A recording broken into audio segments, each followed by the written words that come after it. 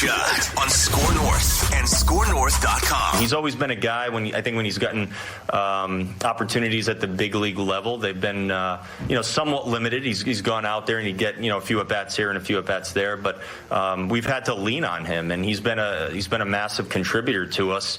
Again, the guy's always been a good player. I've seen him play well and seen the things he can do always. And man, I mean, we're putting him in center field, and he's going out there, and he's doing a pretty good job out there too for a guy that hasn't played a ton out there. So he's a ball player, and he figures things out. That's what ball players do. Ball players. I love it. We're at the stage of the season for the Twins here, who have, by the way, won 5 of 6. They're back to 10 games below 500. We're at the stage of the season where we're just calling random journeyman dudes up. Rob Refsnyder, just someone save us. Someone please save us. But he does what a ball player does, Phil. Like, if you know ball players like I do, you know what they do. Listen, I'm not going to let you rain on my Rob Refsnyder parade here, okay? We will talk about Rob Refsnyder. Is he Lou Ford or is he the natural? Have we seen a late career resurgence here? But boys, happy Game 6 day here. A Judd's Hockey Show is up and ready.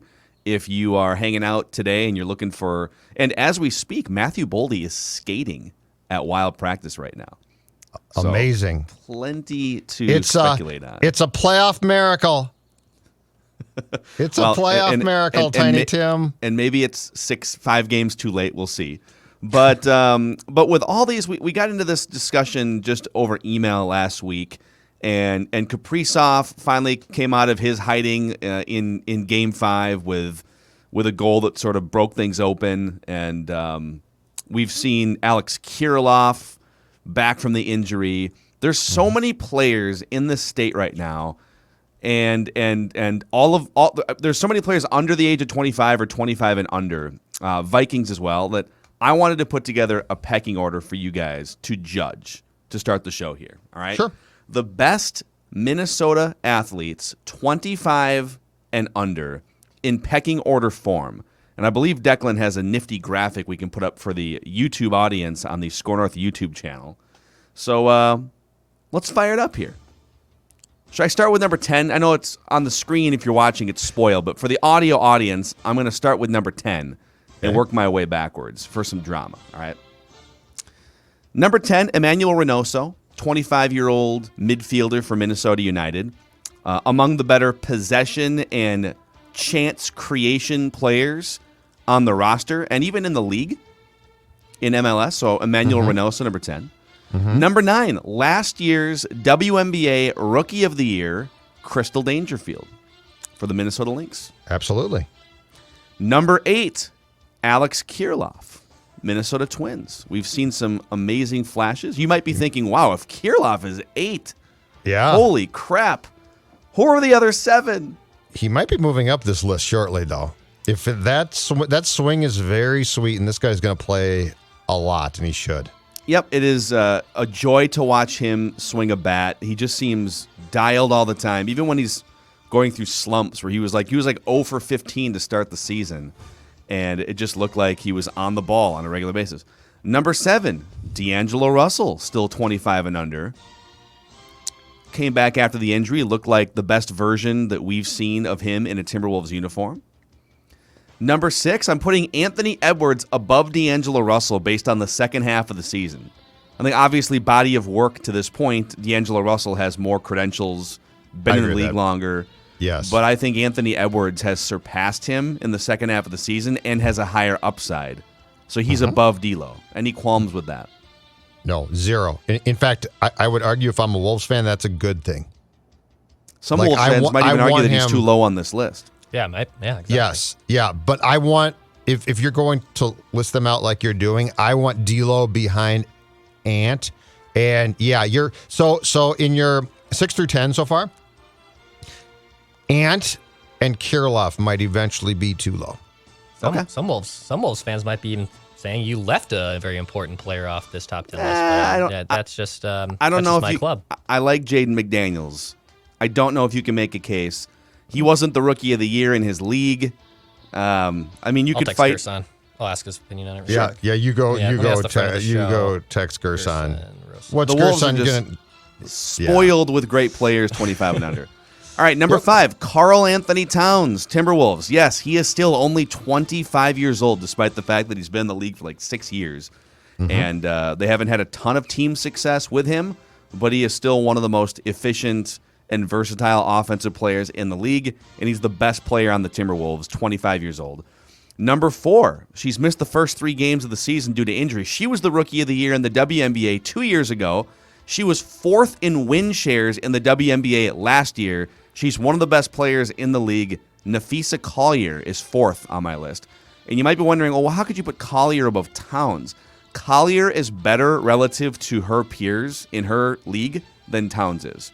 She's legitimately one of the 5 or 10 best players in terms of analytics, win shares. She scores, she rebounds, she passes, she shoots 40% from 3. So I'm putting her 4th. If you're a Wolves fan, do you want eventually for Ant to surpass Cat? Like, is that a good thing if in a year from now you say, you know what, I'm going to put Ant above Cat? They're still close, but they flip-flop, for instance. I almost think if the Wolves are going to have actual playoff success, Ant has to be better than Cat. Like, Cat has to be really good, but you've got to have a guard driving the offense, a guard driving things, late in the fourth quarter, creating shots. Sure.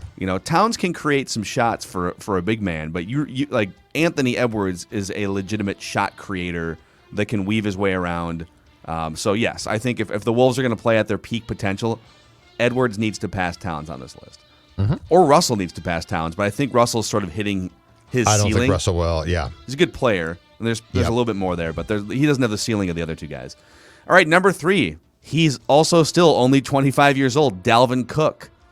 When healthy, he's one of the 3 best running backs in the NFL. The Vikings have centered most of their offensive approach around feeding him the football or throwing him the football. So he's 3rd. Behind Kirill Kaprizov, 2nd, and Justin Jefferson, number 1 on the top Minnesota players 25 and under list.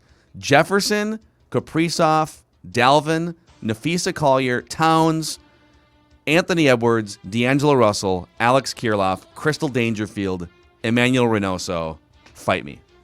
I think a year from now, I think Kaprizov is probably atop this list entirely because I think he is probably the biggest superstar ultimately in town, and he has the ability to control far more about his own fate than Jefferson does. Sure.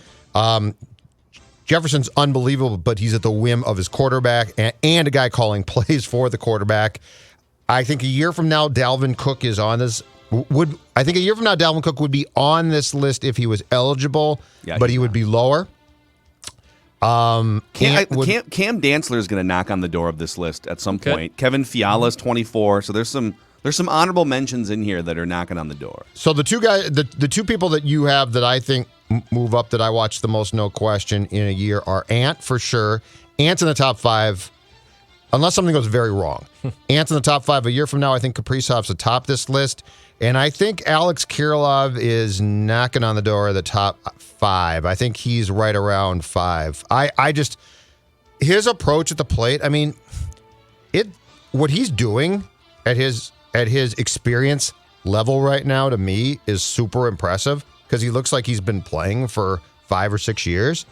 So I wouldn't fight you too much on this list, but I do think that there will be some logical shuffling that will go on. And the most important one to me, if I'm a Wolves fan, is that Ant is higher because that means good things have probably happened. What about you, Dex? Where are you at with this list? Yeah, I'm pretty good with it. I'm the number 1 Kevin Fiala fan in town. I love Fiala, but it's a tough one to crack to put up on here, and especially he's 24, correct? So it's not like he's 21 doing this. He's knocking the door being 25 in a year, so I can understand where he isn't.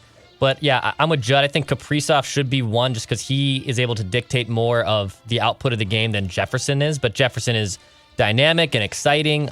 We've seen it's a wide receiver league, I think, too, in the NFL. Wide receivers are blossoming all over the place, and they've never been better because it's such a pass-heavy NFL. But I think this is a pretty solid list. I don't really have too much exception there.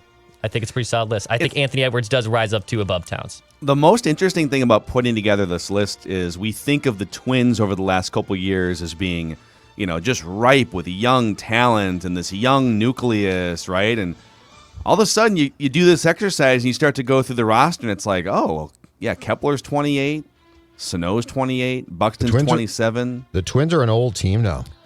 And those guys They're aren't not a young team. And those guys aren't like old. Like Nelson Cruz is old. Jay Happ is old, right? But yeah, I mean, I think statistically, it's the oldest team in Major League Baseball. And when you start to look at the options 25 and under, really, it's Kirilloff, Larnach, Luis Arraez is 24. Royce Lewis is 21 or 22, but he's just been banged up for 2 years. He won't play this year. The issue with the class of guys like Kepler and Buxton and Polanco, Sano, is that at this point in time they basically are who they are. That's the thing. Like there's not a oh man, there's another ceiling to hit and it's going to be fantastic. Byron Buxton's phenomenal when he can play baseball. Miguel Sano is going to go through great hot streaks, and then I believe he struck out something like 4 times last night. So I think when it comes to that class of one-time prospects, we pretty much know what they're about. And, some of them are fine. That doesn't make them bad players. But there's no, I'm going to wake up tomorrow and this guy's going to be fantastic. That's past for that group. And now we're on to the Larnach, Kirilloff, Lewis, potentially, that group of players. Yeah. So that's the pecking order. Top like Minnesota players, 25 and under. And I know there's probably a lot of people shouting, well, wait, you missed somebody. What do you mean? We're gonna win, Twins. We're gonna score. We're gonna win, Twins. You're wondering, what about Refsnyder? What about Refsnyder, that young, up-and-coming, splashy center fielder guy? Yeah, he's 30. Yeah, he's been around. I think Judd just ejected himself Judd- from the Judd- chat here, too. Judd ejected himself from the I chat. tried to move my cursor. Well, you now eliminated, and it's now finally what I've been wanting, the Mackey and Declan show for the last year now. Exactly right. See you guys later. Bye. Yeah, bye. I'm going home. That's the first time I honest to God, barely moved my cursor, and I somehow ejected myself. I thought it just hit it. Hold on a second. Old man, Hold on, I'm old jumping, man tries to use back. technology. Yeah, exactly right. Get off my lawn. Why don't we just do radio? That pecking order, by the way, was presented by our friends at Federated. So if you're a business owner out there, you're a Minnesota sports fan, well, Federated is at the right intersection for you. They've been supporting Minnesota sports teams for a number of years. They've been supporting us, Mackey and Judd, Purple Daily, and they've been supporting business owners in the state of Minnesota for over 100 years. Based in Owatonna, they are one of us, and quite simply, they give you peace of mind, and they give you risk management tools and protection. So find out more at federatedinsurance.com. And remember, at Federated, it's our business to protect yours.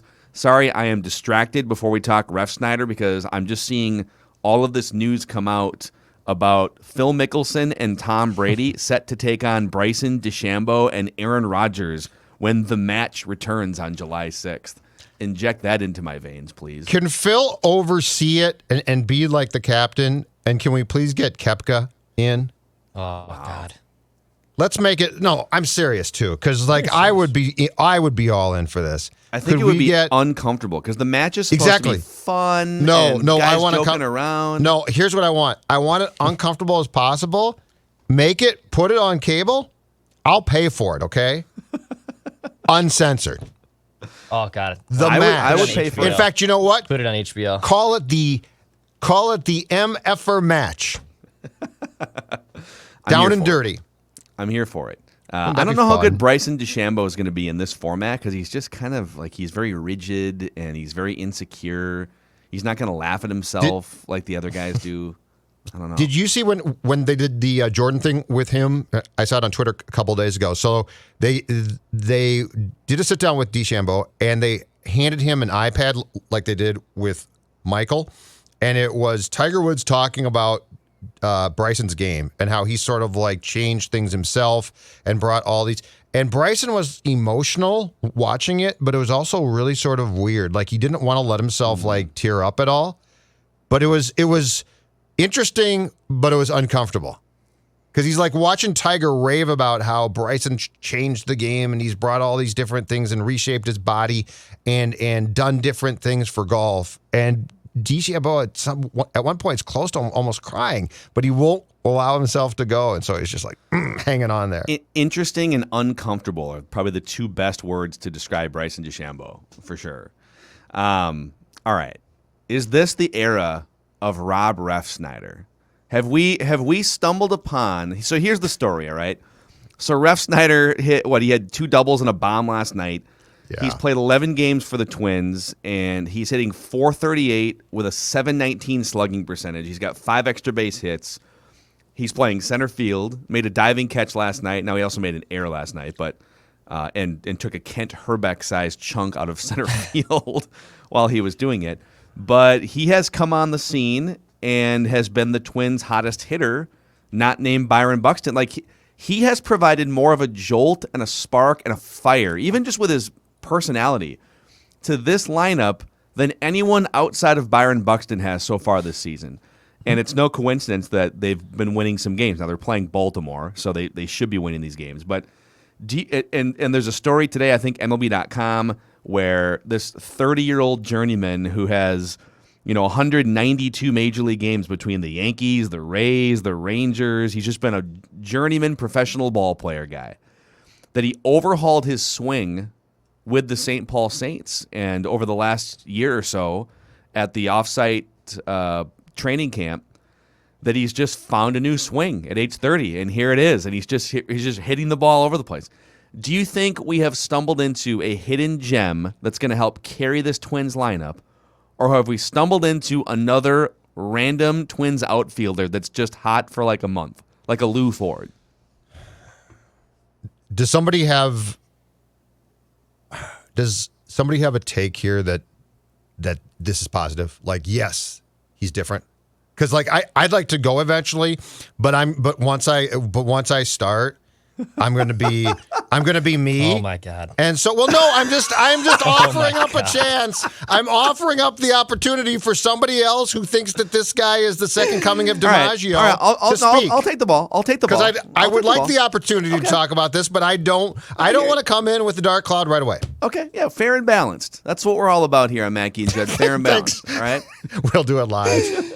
Thanks, Bill. So Bill O'Reilly. We're the Bill O'Reilly. Yeah, fair. So all right. So do I think he's going to hit .438 all season? No, I do not.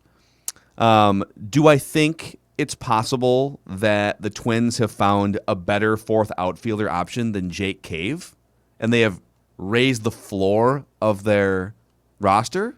Yes, I do. I think it's very possible that he will take the Jake Cave role, and he won't be an everyday starter, but that he will give you, with his personality, with his overhauled swing, his ability to play all 3 outfield positions, that Rob Refsnyder will give you a little bit of a spark that you've been looking for. So I'm not ready to say that he's going to be Torrey Hunter in his prime. He's just like, all of a sudden he's figured this thing out. But I am a believer that Rob Refsnyder is a major league player that the Twins have found to help them the rest of the season. All right? Okay. Okay, All right, I'll go ahead. now. He's 30, right? Yes. Yes. Okay, he has overhauled his swing. What do we always talk about in sports? Every single time something like this takes place and a guy comes up and gets hot, there's going to be adjustments made. Like if he starts to play, big league teams don't say, that Refsnyder's a tough out. There's nothing I can do about that. They adjust to his overhauled swing to then try and combat that, right? So one is I have to see him go through the league and teams at least a second, if not a third time, to see what the adjustment to his adjustment is. So that leads me to believe that this is it's a great story. And look, the 2021 Twins have been very low on feel-good stories. So this is awesome. Like if you cover this team, my God, it's manna from heaven, because it's a story about a positive, journeyman. He was with the Yankees. The Twins hate the Yankees, and they got a guy from the Yankees. But here's the most important thing, and I'd like to speak directly to Derek and Thad and Rocco on this one. You've been given, and Phil broached this, and he's exactly right, a learning experience. And I consider learning experiences at the age of 51 to still be very important for me. And I told you guys, I hoped that after the first playoff series that Rocco learned about how to differently use his starting pitchers in the playoffs, which means, you know what? Ordinarily, I take Jose out. But I'm not going to do that now because it's a playoff. And then the Astros series came along, and he had learned nothing, okay? Refsnyder is a very important lesson. And if you leave your house, there are other options than Jay Cave. So if Rob Refsnyder starting today hits 078 for the rest of the year or something, or is unplayable, I don't know. But if it, or if he more likely just becomes the utility guy that he probably will, which is also just fine. What did you learn? You learned that you're sticking with Jay Cave was absolutely not really even a remotely good idea. Like, there are other options there. And I'm not saying that you might not come back to Jake. So I'm not saying Jake Cave should be released and never play baseball again. No. But what I am saying is, aren't we learning now? And by the way, because Jake Cave was injured, their hand was forced. So this was not a they moved on from Jake Cave. Jake Cave got hurt. Yeah. Is this not the lesson about depth guys and the fact that you don't have to be married to Jake Cave? So you're saying this is like the guy that's stuck in just a terrible relationship. All of his friends pointed out they're not engaged yet or anything. And his friends are like, hey, I don't know, buddy, like, there's all these online dating sites now. Like, there's fourthoutfielderonly.com. You know, there's utilityplayerlove.com. There's so many other bench player options out there for you. You just need to open your heart and explore. Yeah. Yes. I feel like are you talking to me? Are you talking to Refsnyder? I think exactly I've heard this conversation dude. before from friends and family. Fourthoutfielderonly.com. Yeah. Hi, I'm Jason Tyner here. Yeah. Oh. Jason Repko here. It's benchplayermingle.com. Yeah. Cleet Thomas here. Yes. But I mean, that's exactly right. Yes. So now you've learned there's a world outside of Jay Cave. Jason Repko. Like Jay Cave must have said, don't you leave me. You can't leave me. And they're like, okay, I guess I won't leave you. It's like, no, Rob Refsnyder's he's knocking on the door. He's got flowers. I challenge you guys to an obscure Twins outfielder name off. Jason Repko. John Moses from the 80s. Wow. 88 to 90. Johnny Moses, former Seattle. I actually spent the morning going through obscure outfielders because Refsnyder's so... Oh, you're going to win then. Yeah. Down to his name. Down to the name. It's a pretty good one. Rob Refsnyder. That's a perfect obscure outfielder name. It is. And they've had a million of these. I mean, Lou Ford hit 400 for like a half a season. Yeah, and then he ironed his shirt while wearing it, and his career was never quite the same after that. The best one, though, 31 games, 1983, so a year before Kirby, Rusty Kuntz. Spelled Kuntz. Very strategic alternate pronunciation by Rusty there. Yes, who I believe now is back as the first base coach of the Royals, or he was before. Yeah, he's not fooling anyone with that pronunciation. 31 games. There were two guys before Kirby, Rusty Kuntz and Darrell Brown, who played in 186 games at 83-84. Downtown Darrell Brown.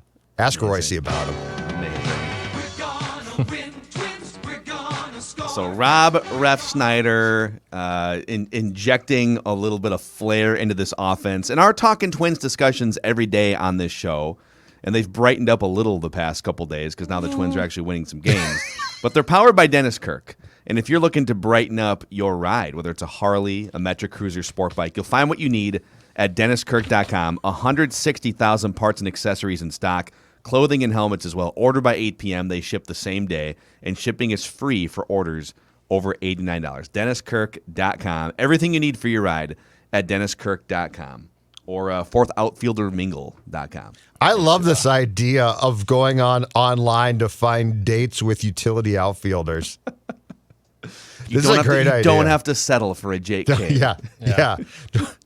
Settling for a cave? Get out and find a Refsnyder. No matter how much I want to be batting third in the starting center fielder, I need to know my field more. I need to know my game. I need to know my game. Oh, so you go out when you play the field, you think you're Nelson Cruz. Yeah, exactly. And you think you're Alex Kirilloff, and you're more of a Kyle Garlick. And don't get me wrong, there have been some clutch postseason hits. I'm not denying that, but in general, the whole body of work is Well, He's a fringe major leaguer. statistically, people think of the great clutch postseason baseball players of all time, like Derek Jeter, Reggie Jackson, Mr. October, right? Kirby Puckett, 1991. Well, statistically, one of the great postseason hitters of all time is Scott Spezio with the Angels in the early 2000s and with the Cardinals. And so, maybe Declan's the type of guy that it might not be 162 games of MVP caliber play, but when the lights are shining the brightest, that's where Declan arrives. I'm in. I just got to think that this summer of Garlic and Refsnyder falls below the 500 mark here. Like, I don't see how I mean, think about this. This is so utility Twins outfield guy, right? Between those two, Refsnyder and Garlic.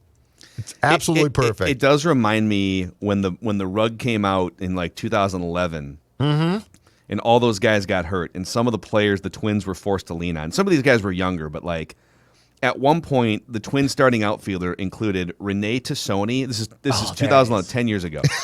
Renee Tassoni, Jason Repko, Joe Benson, and Brian Dinkelman. Oh, Dinkelman. Dink. Oh, and Benson was a big-time prospect when he came up. He was supposed to be – Joe Benson was supposed to be great, and he washed out so quickly. Very quickly. There is a tour through Twins obscure outfielders at the end of the great. Gardy era, like the last 2 or 3 years of the Gardy era. I mean, we're talking – so the guys I just named for sure, the next year, Cleet Thomas and Weird. Eric Komatsu both played. Oh, Komatsu. He rapped? He was that the rapper. correct? That is correct. Yes. And last of them. Darren Mastriani, too, who still lives in Mastriani. Judd's neck of the woods, St. Louis Park. My guy, yeah. I think this guy's still trying to be a pitcher, but Jordan Schaefer. That was more like 2014. Wow. I think he's still trying to be a pitcher in the Dodgers organization. That's a good pull, Dex. Yeah.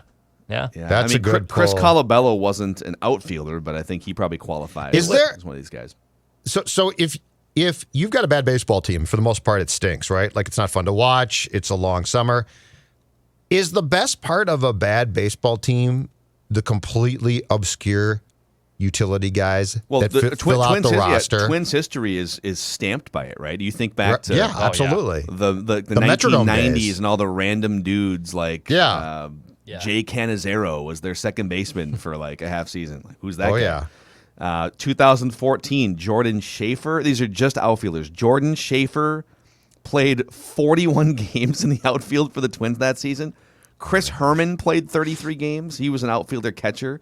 And Sam Fuld, who the Twins traded, Super Sam Fuld, played 53 games in the outfield. And then they traded him back to Oakland, I'm pretty sure, later that season. He's an executive now, right? Yeah, he's high-rising executive. Yeah, he is. It was so dark during the Fox Sports North, Bally Sports North days that the vignette was Jordan Schaefer making a diving catch and Bramer having a Bramer-gasm over it. I remember that very vividly. I remember it was like 2014 in mid-June. I'm like, ooh, it's going to be a long year if we got Jordan Schaefer vignettes playing sweepers between breaks on Fox Sports Coming up next on Fox Sports North, Twins Live, how Jordan Schaefer can save the season. Oh, God. Jordan Schaefer, not surprisingly, did not play another major league game after he left the Twins. So hopefully he's doing well. I think he's pitching. All right, we gotta take a deep breath here because we've got Write That Down and an accountability session coming around the corner here.